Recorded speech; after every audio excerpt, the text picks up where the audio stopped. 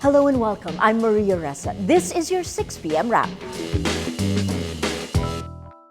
The Pulse Asia Ulat ng Bayan shows 52% of Filipinos approve of President Benigno Aquino's performance. Vice President Jejomar Binay and Senate President Frank Drilon come in at 46%. Chief Justice Maria Lourdes Sereno is at 31%, while House Speaker Sonny Belmonte gets 30%. Approval ratings for all officials increased except for Binay.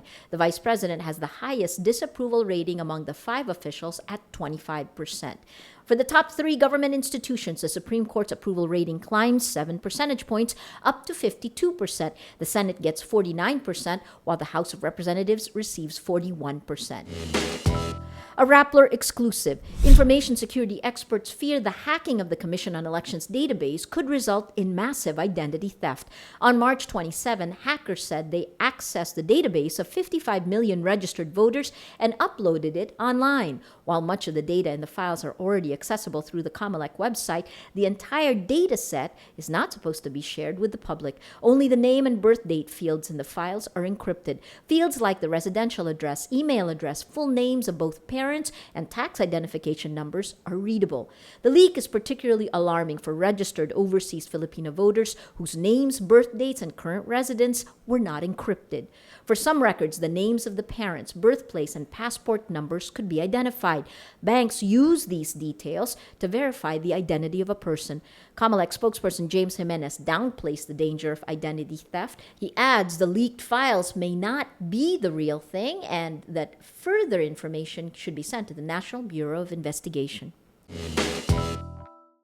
11.5 million tax documents from Panama-based law firm Mossack Fonseca were leaked Sunday.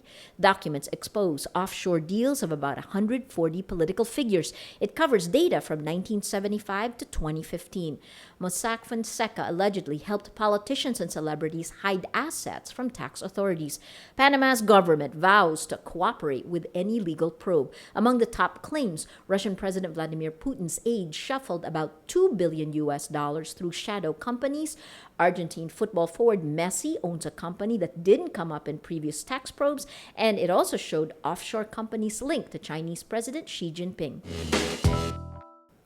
U.S. Defense Secretary Ash Carter will visit the Philippines to observe the Philippine-U.S. Balikatan War Games later this month. Carter is the first top U.S. defense official to observe the War Games since Manila and Washington started conducting joint military drills. His visit coincides with the implementation of the Enhanced Defense Cooperation Agreement, or EDCA. It allows the U.S. military to build facilities inside Philippine military bases. The deal was forged in the middle of rising tension between China and the Philippines over the South China Sea, or the West Philippine Sea. EDCA's implementation was delayed because of legal challenges, but the Philippine Supreme Court ruled it's constitutional in January. Pope Francis warmly receives a letter sent by Davao City Mayor Rudy Duterte. The Duterte camp says the original letter explains the mayor's side to the Pope. The Vatican writes back and says, quote, "His Holiness Pope Francis has received your letter of 21 January 2016. He appreciates the sentiments you've expressed." The letter was written by Italian Archbishop Giovanni Angelo Becciu, saying the Pope offers the assurance of prayers. Duterte cursed the Argentinian pontiff during his declaration as the standard-bearer of PDP Laban. The tough-talking mayor calls cursing a mistake, explaining it was directed at traffic gridlocks caused by the mismanagement of the Pope's visit. That's your 6 p.m. wrap. I'm Maria Ressa. Join us again tomorrow for the day's top news. Remember, tomorrow begins today.